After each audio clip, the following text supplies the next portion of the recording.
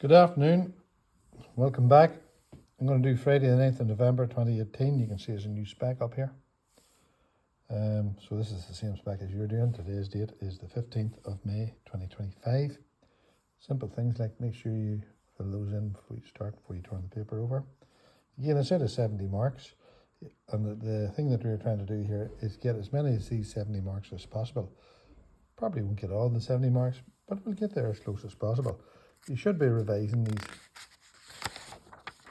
So, start with this one that says the incomplete table. So it's an incomplete table. I filled it up. You should have this printed out beside you. You should have the mark scheme, just the way I have. I have the mark scheme here, and you should have the mark scheme, and you should have this paper, and you should work along with me through it.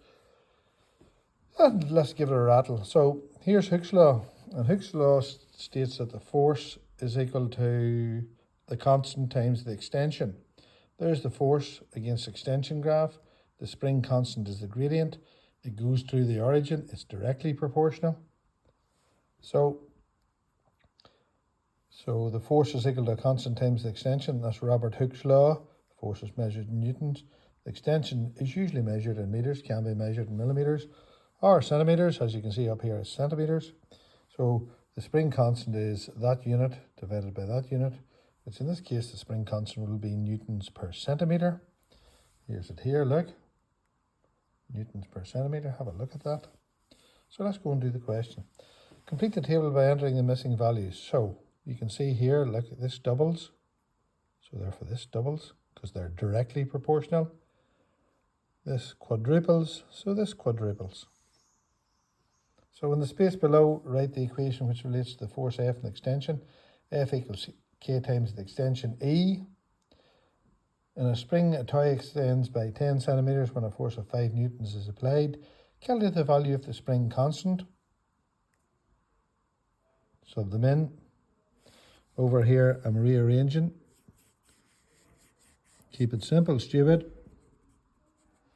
And we'll come down here to 5 over 10. Would you please use the calculator?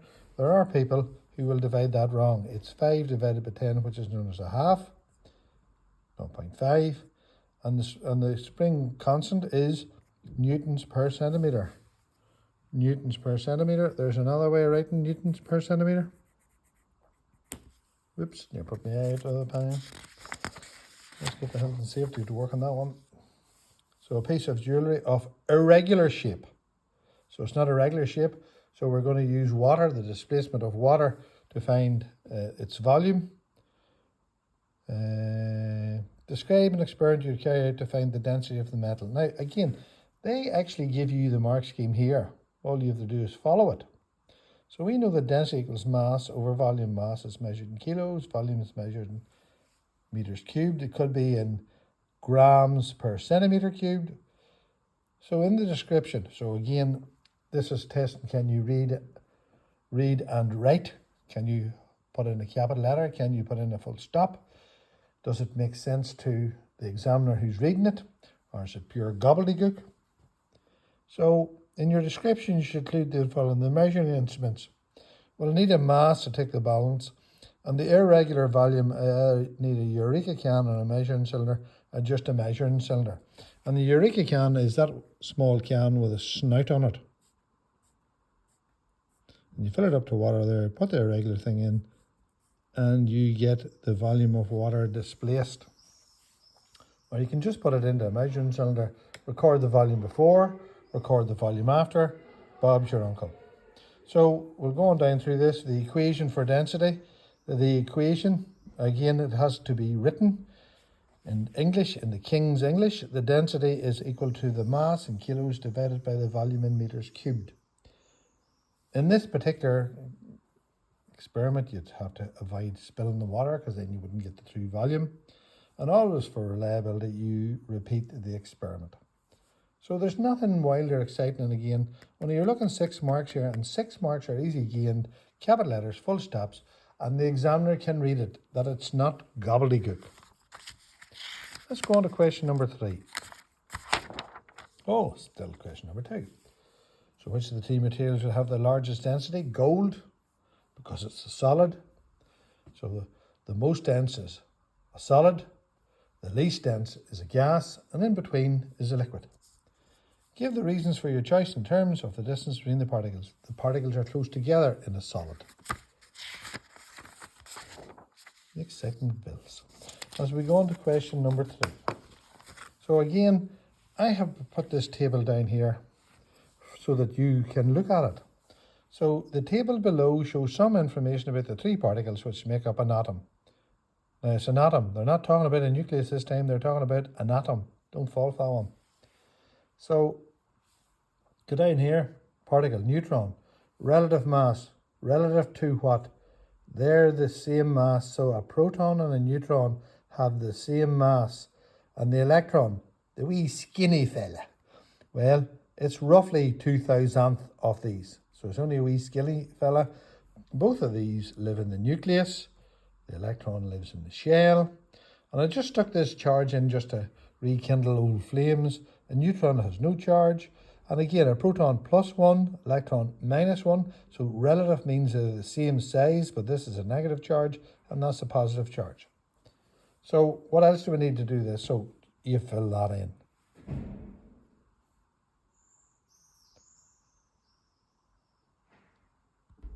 So small break there, small interlude. Let's go to this here. A cross zebra. That tells you the number of protons. It's known as the atomic number. That tells you the number of nucleons. Anything found in the nucleus. As far as you're concerned, there's only 2 things, protons and neutrons. And it's known as your atomic mass. So I do my work. You see the way I work on this paper? Your paper should look something similar like this. So it's 90 protons. There's 234 things in the nucleus. 90 are protons, there's 144 neutrons. Now read the question. State the number of positively charged particles. That's the protons. Look. State the number of negatively charged particles in the nucleus. There's none in the nucleus. They're on shells. Trick question. State the number of uncharged particles in the nucleus. 144. Fair enough. Done that often enough. There's another table at the bottom. Pause the video, have a look at it. Now, we're back to this again. I'm going to adjust this ever so slightly. See if you don't learn that, you're a wally. You should be learning this. This answers all the questions. It's fission. It's the splitting of the atom. Here's a typical one. It's out of C's own book. That's why I use this one. Uranium's your fuel. It absorbs a slow-moving neutron. It splits into tellurium and zirconium. And there's 2 neutrons given off, which we use for a chain reaction. Look up Diana Ross on YouTube and see her singing Chain Reaction. Might help you. So you should learn that. I can't learn for you. So let's go and do the questions and see, does this do all that I said it does? Why do some nuclei disintegrate? They're unstable. If you go on to do A level, you'll find it slightly more than that, but it's grand. When the radioactive nucleus disintegrates, it can emit any one of 3 types of radiation. List the 3 types: alpha, beta, gamma. There's the symbols. And I didn't ask for them, but I've written them down there. So again, you look at them. You need to know them. One type of radiation emitted from the nucleus is an electromagnetic wave. State which type. Gamma. One of the ways of producing energy involves the splitting of heavy nucleus. Ta-da! Ta-da! What's the name of this process? Fission. Look, split. I thought I had a stammer there. Before the heavy nucleus can split, there must be a particle. Name the particle. Slow moving neutron. That made this exciting, I can tell you. Name the nuclear fuel. Well, it's uranium or plutonium. And name the particle which sustains the chain reaction. There's it there. Chain reaction, Diana Ross. There's all that. And see, when you learn that and write it down the way I've done up along the side, it answers all the question. That's called exam technique. Question number 5. We're going to the centre of gravity. Centre of gravity is always where it is symmetrical. and the ball is in the middle. See the way I've drawn two lines here? There's it there. Mark with an X, so I've marked with two X's the position of centre of gravity in each object. A third object is now added. Look, there's the third object. State which object A, B or C is the most stable and give two reasons. Well, it has to be C. Two reasons. It's got the lowest centre of gravity and it's got the widest space. Think of a Formula 1 car. Very wide base, very low centre of gravity, very difficult to topple. Think of a 4x4. High centre of gravity, narrow base, easier to topple than that. And this is actually known as a neutral because you don't really topple like a bean tin on its end. You don't topple that. Question number 6. Again, exam technique is so important. That's what we're looking. We're trying to get as many as these 70 marks as possible. The velocity time graph. Now, there's only two graphs you know. Velocity time, distance time. And this is the velocity time. And you see the way I've written down what you're supposed to know? That's not new. That's exam technique. Calculate the distance travelled by the car during the first 3 seconds. Now again, I keep telling you, the examiner is not your friend. You have to look exactly. There's it there. See that area there? And this triangle. So we're talking about this triangle. See that one there? And that rectangle. See what I've done? Area enclosed. There's the triangle. I've taken the readings off the graph. There's the rectangles. I have taken the readings off the graph. I have done the two calculations. And I get the area. It's not rocket science. Calculate the maximum acceleration of the car. Go back up here. Acceleration is the gradient. This gradient there is much greater than that gradient there. A rise over run. Please be careful with the rise. Look, there's the rise. There to there. And there's the run from there to there. Take your time. Use a ruler. Rise over run. 15 over 0.5. Please use the calculator. That's going to give you an answer of 30. But there are people in our midst who will get that wrong and say 7.5. Use the calculator. Do it twice. Mars bars fingers. Do it twice. Next question. The resultant force on a different car. Read the question. It's not the same car. And its driver is 11,250 newtons and its acceleration is at 15 meters per second squared. This is Newton's second law. The forces are unbalanced. That's why it's called a resultant force. The resultant force is mass by acceleration. The resultant force is measured in newtons. After dear old Isaac, the mass is measured in kilos and the acceleration is measured in meters per second squared. So the resultant force acting on a different car and its driver is 11,250 newtons and the acceleration is 15 meters per second. If the driver's mass is 60 kilos, calculate the mass of the car. So resultant force is equal to mass by acceleration. Mark for that. Should have had it in the bracket. Now there's the calculation. And there's the old look. If you can't rearrange formulas, you use this. You know, I've shown you how to use it. So the mass, the total mass, is 750 kilos. So I've gone along here and I said the mass of the car plus the mass of the driver is 750. The mass of the car plus 60 is 750. So the mass of the car is 690 kilos. And I didn't write the answer in the box. But I did now. There's that question done. You slow down, you read, and you think.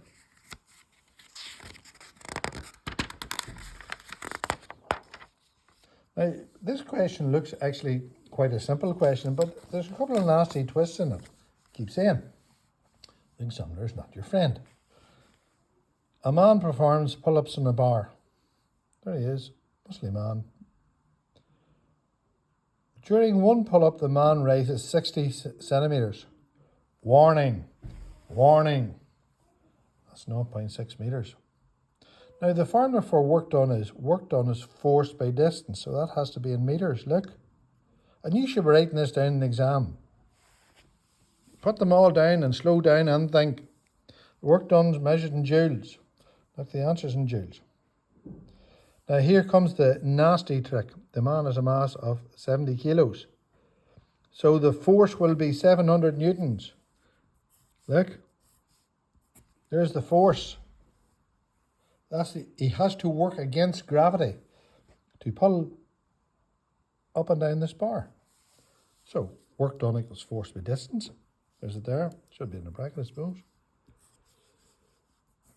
700 newtons by 0.6. Use the calculator. 420 joules. All energies measured in joules. After dear old James Prescott Joule. Now, again, read the question. On another occasion, the man generates 140 watts of power whilst doing pull-ups for 1 minute. Calculate the total work done. Now, power measured in watts. Watt is the unit of power. Correct. Energies measured in joules. Times measured in seconds. Power by time is energy. Time equals energy over power. Use the foolproof method. It just takes time and a bit of thinking. God forbid if anybody asks you to think. Work done, power equals energy over time. 140 watts. Lovely. That'll do nicely. Energy should be in joules. There, looking at it in joules. The time's 60. 1 minute. There was the trick put in by the examiner to catch you out. You should be now at this stage saying to yourself, I'm not going to catch me out in that one. So there's your 8,400 joules or 8.4 kilojoules. A rope is used to raise a bucket of water. The mass of the bucket and water is 4 kilos. But before its journey upwards, some of the water spills out. Slack work that. The bucket and the remaining water are raised to a height of 15 meters and gain 570 joules of energy. First thing, potential energy, MGH. If you don't know it, it's on the data sheet. I give you one. You learn it. So we're going to put the numbers in. 570 is equal to the mass. I'm on the planet Earth and the distance is 15 meters. So tidy it up as much as you can. Keep it simple, stupid. And I get the mass of the water, or the mass of the bucket in the water is 3.8 kilos. There was 5 kilos in it. There's now 3.8 kilos in it. So 1.2 kilos of water has spilled out. Back up. PE measured in joules, mass measured in kilos. You're on the planet Earth, 10 meters per second squared, and the height is in meters. I'll move on to the next question. Oh, it's the same question. But it's again a twist on it. And we're back to this kinetic energy equals mv squared over 2. And can you rearrange that to get the velocity? Well, if you have been following these videos at all, you will see that this is always the question. They'll ask you, this is the hard question. Look how many marks is for it. 4 marks. Can you regurgitate that when you need it? So an empty bucket of mass 4 kilos is raised and gains 382 joules of potential energy and then stops. The string holding the bucket then snaps. That's why he's not having much luck with this bucket, is he? And the bucket falls to the ground. I wonder is he underneath it? By applying the principle of conservation energy. So we're going to say the potential energy is changed to kinetic energy. Look, that's the conservation of energy. Energy cannot be created nor destroyed, but changed from one form to another. So it's changed from potential energy to kinetic energy. So rearrange. We know the mass, we know the energy. Look, 2 times the energy over the mass. There's the most important thing. Can you rearrange that formula? Or can you learn it and just regurgitate it? And the last question. Big marker for a definition, this one. Look, 4 marks for the principles of moments definition. So, let me speak it out again and then I've told you to learn it. I can't learn it for you. If a body is in equilibrium, 1 mark. The sum of the clockwise moments is equal to the sum of the anti-clockwise moments about a point. 3 marks. Last mark, moment is force by perpendicular distance. Newtons by meters, Newton meters. I got 4 marks for that. You know why? I learned it a long time ago, actually in this room. 160 Newton weight is hung on a uniform rectangular beam so that it is balanced as shown below. This is not a metre rule. Look, how do I know? Because it's 1.2 metres long. And it's uniform, so the centre of gravity is in the middle. So that's 0.6. And that's 0.4. And what did I always tell you? Warning, warning. Watch the distances. That's 0.2. There, look at that distance. The centre, right? Calculate the distance from the pivot of the 160 Newton weight. There, look at that distance. Now let's have a quick look. There's the beam. There's my grotty finger is the pivot. The 160 newtons makes it move anti-clockwise. And this 200 newtons makes it move clockwise. The sum of the clockwise moments is equal to the sum of the anti-clockwise moments. 200 times 0.2, 200 is the force by 0.2, is equal to 160 times y. Now there's the calculation. 40 is equal to 160 times y. Again, don't fall for the trick and give the answer 4. It's 40 divided by 160. Use the calculator. Don't fall at the last line that the examiner has set up, because he's thinking the Wally will do 160 divided by 40. It's not that. It's 40 divided by 160. Look, type it in. 40 divided by 160 equals. So there's another paper done. It's up to you to go through these. I can't do that. I can't spend the time on it. Toodle pip, old bean.